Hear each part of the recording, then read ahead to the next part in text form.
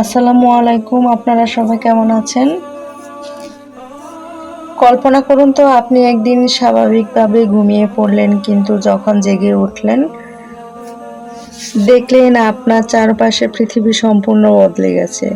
আপনার চেনা কোনো মানুষ বেঁচে নেই, পরিবার নেই, রাস্তাঘাট বদলে গেছে, এমনকি আপনার জমানো টাকা বা মুদ্রাও জাদুঘরে রাখার মতো প্রাচীন জিনিসে পরিণত হয়েছে।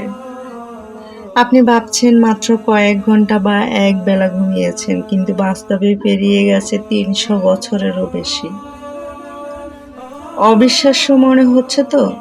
কিন্তু এটি কোনো রূপকথা বা সিনেমার গল্প নয়, এটি পবিত্র কোরআনে বর্ণিত আসবাহে কাফের এক অলৌকিক সত্য ঘটনা। আজকের ভিডিওতে আমরা জানব সেই যুবকদের ঈমান ও ত্যাগের লোমহর্ষক ইতিহাস। ঘটনাটি বহু বহু বছর আগের, ঈসা আলাইহিসসালামের পরবর্তী সময়ে তখনকার রোমান সাম্রাজ্যের রাজা দাকিয়ানুস বা ডেসিয়াস ছিলেন চরম মূর্তিপূজক ও অত্যাচারী। তিনি প্রজাদের জোর করে মূর্তি পূজা করাতেন। কেউ যদি এক আল্লাহর ইবাদতের কথা বলতেন তবে তাকে নির্মমভাবে হত্যা করা হতো। সমগ্র রাজ্যে তখন শুধু ভয় আর আতঙ্কের রাজত্ব ছিল।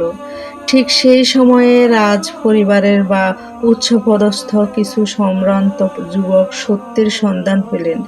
তারা বুঝতে পারলেন এই পাথরের মূর্তিগুলো কারো উপকার বা ক্ষতি করতে পারে না। তারা প্রকাশ্যে ঘোষণা করলেন, আমাদের রব হলেন আসমান ও জমিনের রব, আমরা তাকে ছাড়া অন্য কাউকে ডাকব না।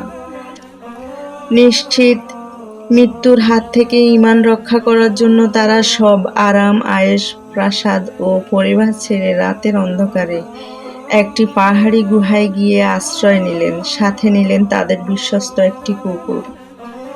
গুহায় পৌঁছানোর পর তারা আল্লাহর কাছে সাহায্য চেয়ে গভীর ঘুমিয়ে পড়লেন। আর আল্লাহ তাআলা তাদের সেই ঘুমকে সাধারণ কোনো ঘুম রাখেননি, তাদেরকে একটানা ৩০০ বছরেরও বেশি সময় ধরে ঘুম পাড়িয়ে রাখলেন।